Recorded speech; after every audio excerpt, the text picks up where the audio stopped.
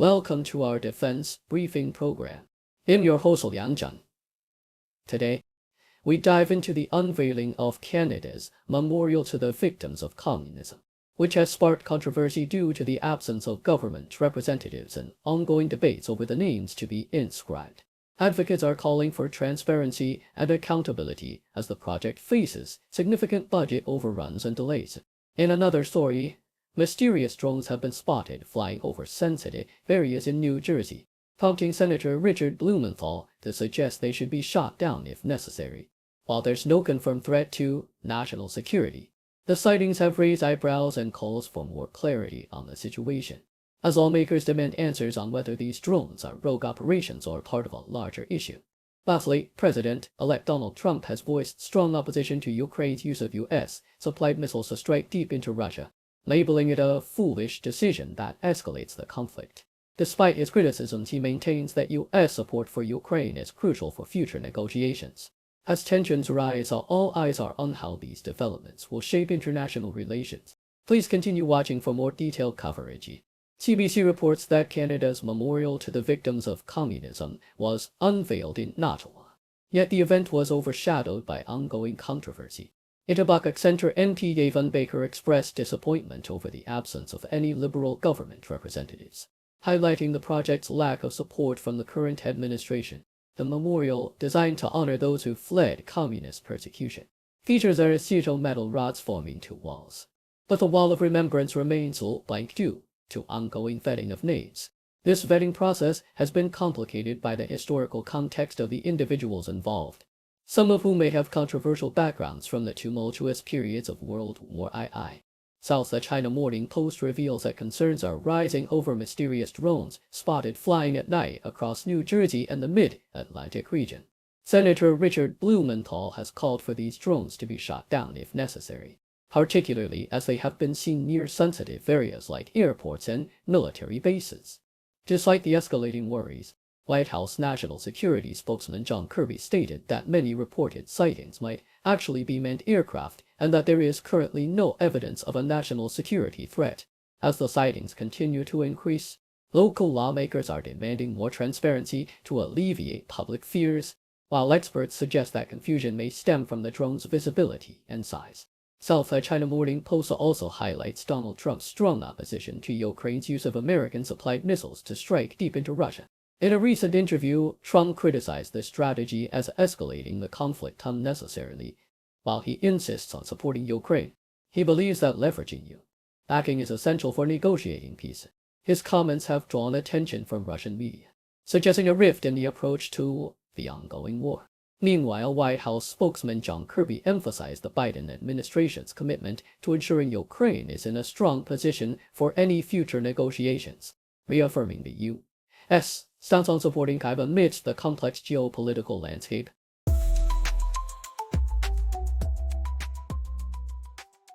South China Morning Post reports that mainland China is intensifying its military presence around Taiwan, particularly focusing on the island's eastern coast, which has historically been viewed as a safe haven for Taiwanese defenses. The People's Liberation Army PLA has significantly increased its reconnaissance and strategic operations in this area, deploying more helicopters and combat aircraft and drones. The number of PLA warplanes operating around Taiwan seas soared to 119 in July, nearly tripling previous summer totals. This shift in strategy challenges the long-held belief that Taiwan's eastern side is secure, as the PLA's activities have heightened tensions and cross-strait relations and allowed for better intelligence gathering and tactical preparations. In a separate report by CBC, President-elect Donald Trump expressed concerns over Ukraine's use of U.S.-supplied missiles to strike deep into Russian territory, calling it crazy and suggesting that such actions escalate the conflict unnecessarily. Trump's comments come as President Biden lifted restrictions on Ukraine's use of longer-range missiles, a decision made amid increasing threats from Russian forces, including the deployment of North Korean troops. While Trump aims for a swift resolution to the war, he remains vague about his plans, emphasizing the need for an agreement that does not abandon Ukraine. His remarks raise questions about the future of U.S. policy toward Ukraine and the potential for negotiations with Russia. According to the Associated Press, U.S. Senate Chaplain Barry Black is hospitalized following a brain bleed, but is expected to recover smoothly. Black, who has served as chaplain since 2003, is known for his impactful prayers during politically charged times, often addressing the challenges of the moment with insight and compassion. His role includes opening Senate proceedings with prayer and providing spiritual guidance to senators and staff. As a prominent figure in the Senate, Black's absence is felt and his recovery is anticipated by many who appreciate his contributions to the legislative body.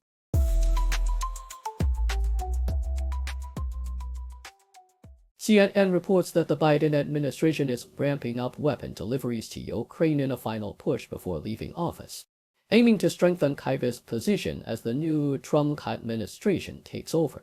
A senior administration official revealed plans for a $500 million aid package, which includes a historic effort to transport hundreds of thousands of artillery rounds, rockets, and armored vehicles into Ukraine within the next 5 weeks. The surge in deliveries is being coordinated by National Security Advisor Jake Sullivan, who emphasized the urgency of getting these resources to Ukraine. Meanwhile, Trump has criticized the Biden administration's decision to allow Ukraine to strike inside Russia, claiming it escalates the conflict unnecessarily. He has proposed conditions for U.S. aid, including Ukraine's participation in peace talks with Russia. The Associated Press highlights a significant decline in reported sexual assaults at U.S. military service academies, marking a second consecutive year of decrease after a previous alarming surge. According to Pentagon data, the reported assaults dropped from 130 in 2023 to 106 in 2024, with a notable decrease in unwanted sexual contact among female students from over 20 in 2022 to around 13 in 2024. However, defense officials caution that the numbers remain troublingly high, and efforts to improve reporting and prevention strategies are ongoing. The new leadership taking over the Pentagon under Trump raises concerns about the potential impact on these initiatives, especially given the previous emphasis on addressing sexual assault within military academies. BBC reports that Actio Secretary General Mark Rutte has called for a shift to a wartime mindset among member states, warning that they are unprepared for future conflicts, particularly with Russia. In a speech in Brussels, Rutte highlighted the need for increased defense spending, urging members to turbocharge their budgets as the security situation has deteriorated significantly. He pointed out that Russia is preparing for a long-term confrontation with the West, with its defense spending projected to account for a third of its state budget by 2025.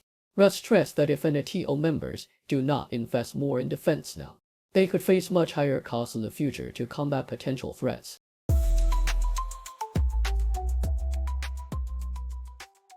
BBC, the Royal Navy's final Trafalgar-class attack submarine, HMS Triumph has completed its last voyage from Scotland to Devonport, marking the end of an era after over 20 years of service. As it departed from HM Naval Base Clyde, tugboats celebrated the submarine's journey with water cannons, while a crowd of well-wishers waved goodbye. HMS Triumph, last of 7 Trafalgar-class submarines, has a storied history, having been deployed in operations across the globe, including missions in Australia, Afghanistan, and Libya. Commander Aaron Williams reflected on the submarine's legacy, emphasizing its role as a symbol of commitment and courage. Laid down in 1980 and commissioned in 1999, HMS Triumph made headlines with its record-setting 48-0-mile submerged deployment in 1993. The submarine's operational history includes launching Tomahawk missiles during conflicts in Afghanistan and Libya. Rear Admiral Andy Perks expressed mixed emotions of pride and sadness at the farewell, highlighting the submarine's role in national security for over 3 decades. The official decommissioning ceremony is set for 2025 as the Royal Navy transitions fully to the new Astute-class submarines, with 5 already in service and 2 more under construction.